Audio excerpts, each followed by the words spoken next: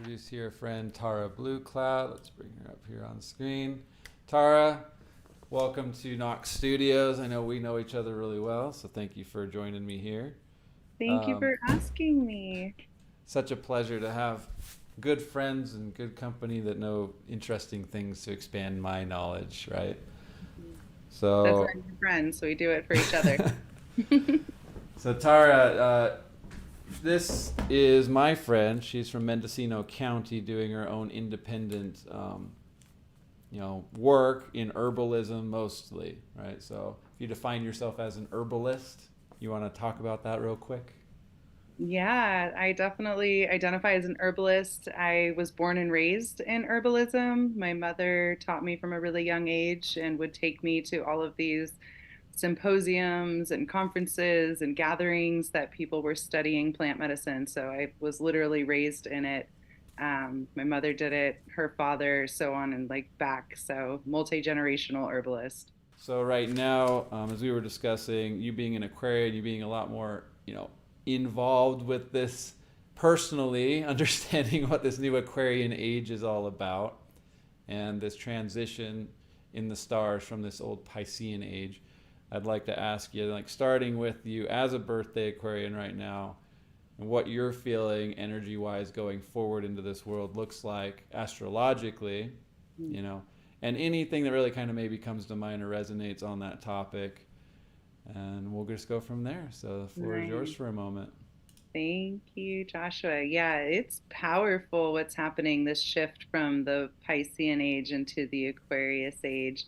Everybody's heard that term, the age of Aquarius, right? And Right. we've really been setting up for that transition for over 10 years, 10, 15 years now, that we've been slowly making our way into this new age. And I don't say new age as in the term that's used for all the, woo woo stuff. I think, astrology is not only used in spiritual contexts, like you mentioned the tarot, right? And we look at birth charts or birth maps, as one of my teacher calls them. But it's very scientific. We're looking at the energy and frequencies of celestial bodies that have an influence on our planet. We're a tiny part of this galaxy in this massive universe. And so, as organic physical beings with these spirits, connecting on these different vibrational levels, we feel this. And for me as an Aquarius, I've always been more sensitive to those shifts. If the moon changes signs, if, Mercury goes retrograde, it's like there are these energetic shifts, these frequency changes. And for me, really leading up to my birthday, we had the full moon in Leo Thursday before last, or this past Thursday before my birthday. And I felt that, first of all, I was born on the full moon. So even though it occurred on the 25th, and my birthday, according to the Gregorian calendar, isn't until the 28th, I really felt that sense of starting new, right? Like that was really the cycle completing itself and starting new for me. And so there was a lot of inspiration. There was a lot of excitement and hope and this kind of uprising of positive feelings. But on a bigger scale, at the same time, we have Pluto going into Aquarius. We have different celestial bodies that do impact us emotionally, physically, spiritually on different levels. And so I pick up on these shifts, and being an Aquarius, I feel very at home. What I've noticed is other people who may not be air signs in general or may Yeah. have, planets in other places, it can be a lot. It can be really expansive. And that's the energy of Aquarius. It's very expansive, it's very future driven. It represents a You've lot used of that the, word humanitarian before too, oh, right? yeah, Like that. absolutely. Yeah, that collective consciousness, the humanitarian, somebody that is an Aquarius, I know for me personally, I may be more prone to wanting to help a group of people or the greater good. I will look at a situation and say, is this going to benefit everybody? Because if it's not, I don't want to be a part of it, right? I'm somebody who's very turned off by people who are self-driven to climb the ladder to get theirs. I feel like that's not conducive to living harmoniously on this planet. And I think that's a big part of the shift we're seeing into the age of Aquarius, is that people are starting to remember that we're all in this together, right? We all share this planet. We all, everything that happens to one individual kind of affects everyone else. Look at any ecosystem and you take one piece out, it's going to have a chain reaction and affect everything else in that ecosystem. So it's the same thing with us humans. We have to get out of this mind state that survival of the fittest or individuality is a value of some sort, because it's not. It's actually kind of just destroying the planet and all of Absolutely. that.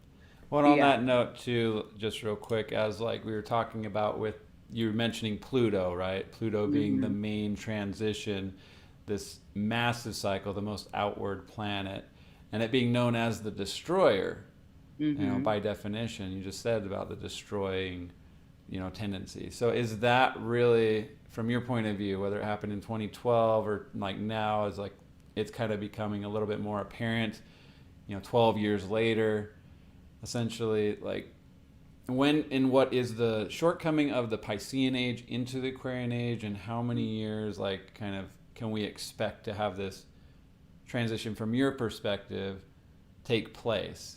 So the transformation of old energy that we're feeling Yeah. now into this new energy, from your perspective, how long of a cycle can this last? Honestly, just intuitively, what popped into my mind was 80 years. Mm-hmm. And this is not based on, astrological knowledge and forecasts of me looking at the planets. This is just an intuitive number that came to mind when I was listening to you talk about Pluto. And, it is the destroyer, but we also have to look at it like anything else. There's life, death, and then a rebirth piece, right? So that rebirth, that transition that you're talking about of coming out of the Piscean age, which is dying, and being born into really like fully embodying Aquarius, is probably going to take a few more decades. But I think we'll be noticing like subtle changes.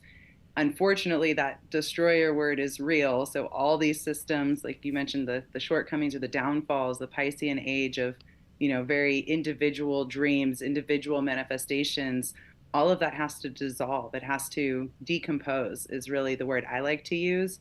I think of compost in the garden, right? When we put this old waste or these things that, we're not going to use or eat it back into the earth, it's fertilizing and growing the nutrients needed to bring the next cycle of life. So we're in that kind of like decomposition phase, is what I think. Probably another, yeah, 20, 30 years. We're going to see a lot of things change on this planet. It's not going to be fun.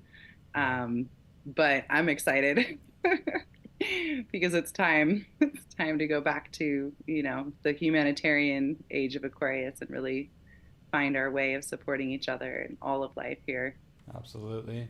So yeah, with that Piscean age, isn't it? It's kind of, as I understand it, more just a mental, individual-based philosophy. Kind of that tendency where we've gone through an industrial revolution. We kind of like streamlined into our conditioning as an individual, thinking we can create only for ourselves. So this transition, as I understand it, and correct me if I'm wrong here, is like the Aquarian age is kind of more to the collective, so that the value structure in and of itself isn't in the how much you have, like as an individual, the things to your name, but rather like the impact that you can have on this world, positive or negative, right? Yeah, So that being kind of this fluctuation of these things no longer have value, these things now do. And the exactly. transformation of that in all ways, like the fiscal, monetary, in our relationships.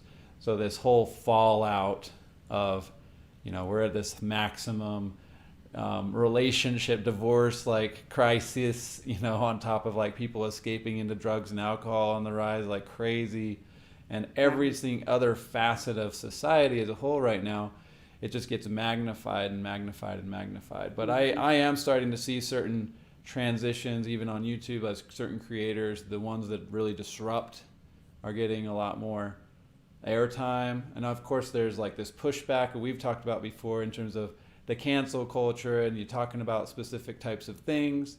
You don't necessarily can see it on the surface, but underneath, as a creator, as someone like that's trying to get your information out there, there is like a pushback, I There's guess. heavy censorship going on, is what it is, Yeah. you know, and us being here in the United States, it's pretty obvious. You know, the media and the way that we receive information in certain topics, subjects is definitely censored, you know, and different platforms are better at it than others.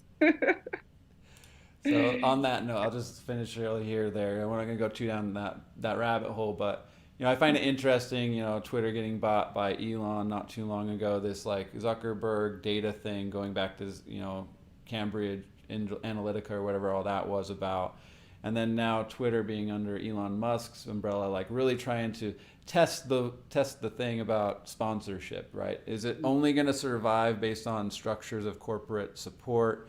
Now into like getting rid of that and allowing it to be an open dialogue, group conscience space. Like Mm-hmm. is this new transition into the X from Twitter something that is worthwhile? I think is going to be interesting going in, and I do see it at the centerfold, as we're very digitally inclined right now. We share, we talk even right now over Zoom.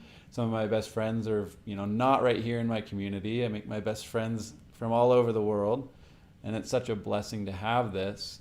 But now Mm-hmm.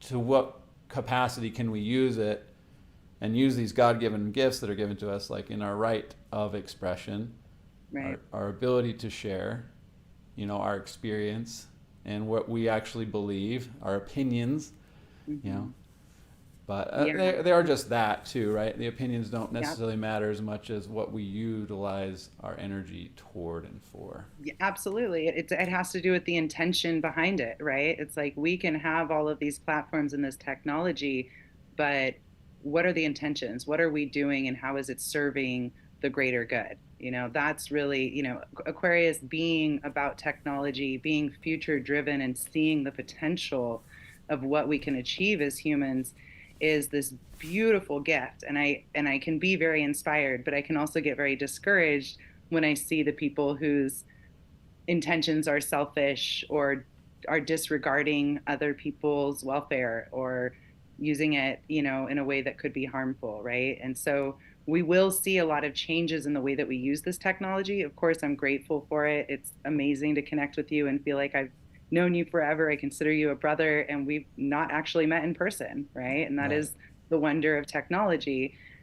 We have, decentralized banking apps coming out. We have Mastodon and other, social media type platforms that are also run by the people and not on one server owned by one corporation. It's like we're going to see a lot of that, a lot of disassembling of the vertical structures in the corporate world and in technology. And I think that it's going to just really come down to the intentions, right? It's like the technology to heal someone is very powerful, but if you put it in the wrong hands, it can be used to destroy something or to harm someone. So unfortunately, there's always going to be good and evil. There's always going to be the people that want to serve, that want to be helping and come in the right way and in right relation with nature and with life and with technology.